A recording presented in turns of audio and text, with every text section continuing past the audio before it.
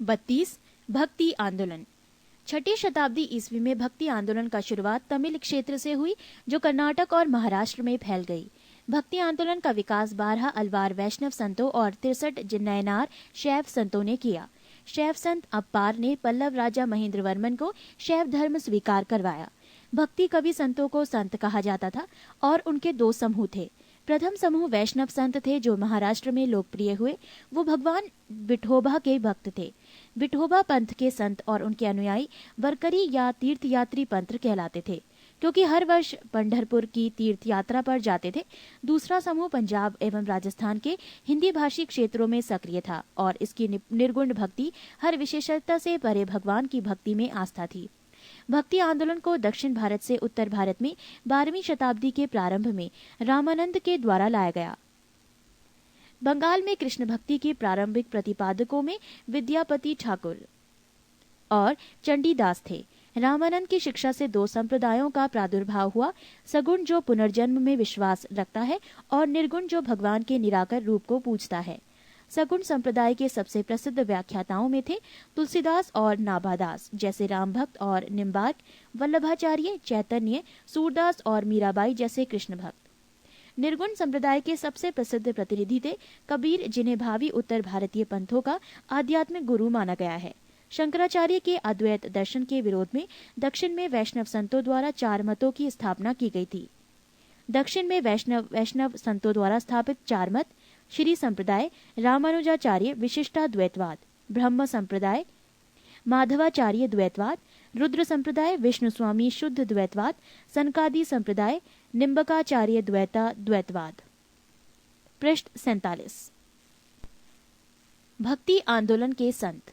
रामानुजाचार्य 11वीं शताब्दी। इन्होंने राम को अपना आराध्य माना। इनका जन्म 1017 ईस्वी में मद्रास के निकट पेरुम्बर नामक स्थान पर हुआ था।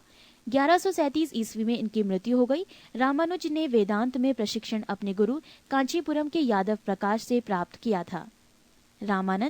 रामानंद का जन्म 1299 ईस्वी में प्रयाग में हुआ था। इनकी शिक्षा प्रयाग तथा वाराणसी में हुई।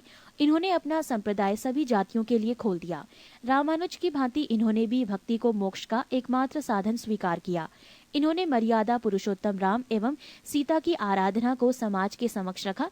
इनके प्रमुख शिष्य थे रैदास, हरिजन, कबीर, जुलाहा, धन्ना, जाट, सेना, नाई, पीपा, राजपूत। कबीर का जन्म 1425 ईस्वी में एक विधवा ब्राह्मणी के गर्भ से हुआ था। लोक लज्जा के भय से उसने नवजात शिशु को वाराणसी में लहरतारा के पास एक तालाब के समीप छोड़ दिया।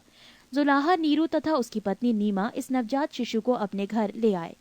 इस बालक का नाम कबीर रखा गया। इन्होंने राम, रहीम, हजरत, अल्लाह आदि को एक ही ईश्वर के अनेक रूप माने। इन्होंने जाति प्रथा, धार्मिक कर्मकांड, बाह्य आडंबर, मूर्ति पूजा, जप तप, अवतारवाद आदि का घोर विरोध करते हुए एकेश्वरवाद में आस्था व्यक्त की एवं निराकार ब्रह्मा की उपासना को महत्व दिया।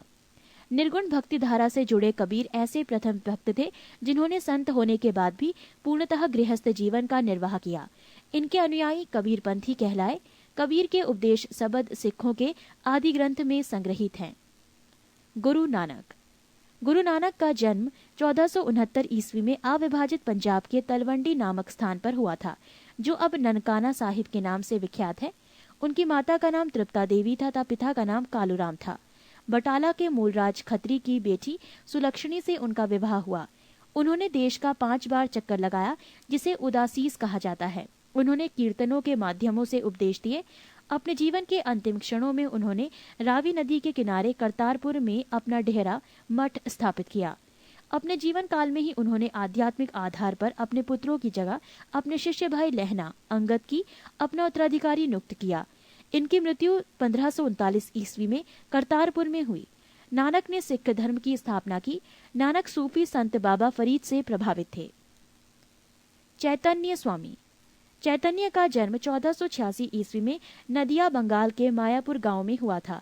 इनके पिता का नाम जगन्नाथ मिश्र एवं माता का नाम शची देवी था। पाठशाला में चैतन्य को निर्माई पंडित कहा जाता था। इन्होंने गोसाई संघ की स्थापना की और साथ ही संकीर्तन प्रथा को जन्म दिया। इनके दार्शनिक सिद्धांत को अचिंत्य भेदाभेदवाद के नाम से जाना जाता है। सन्यासी बनने के बाद बंगाल छोड़कर पुरी उड़ीसा चले गए, जहां उन्होंने 2 दशक तक भगवान जगन्नाथ की उपासना की। श्रीमद वल्लभाचार्य का जन्म 1479 ईस्वी में चंपारणीय वाराणसी में हुआ था। इनके पिता का नाम लक्ष्मण भट्ट तथा माता का नाम यल मगरु था। इनका विवाह महालक्ष्मी के साथ हुआ।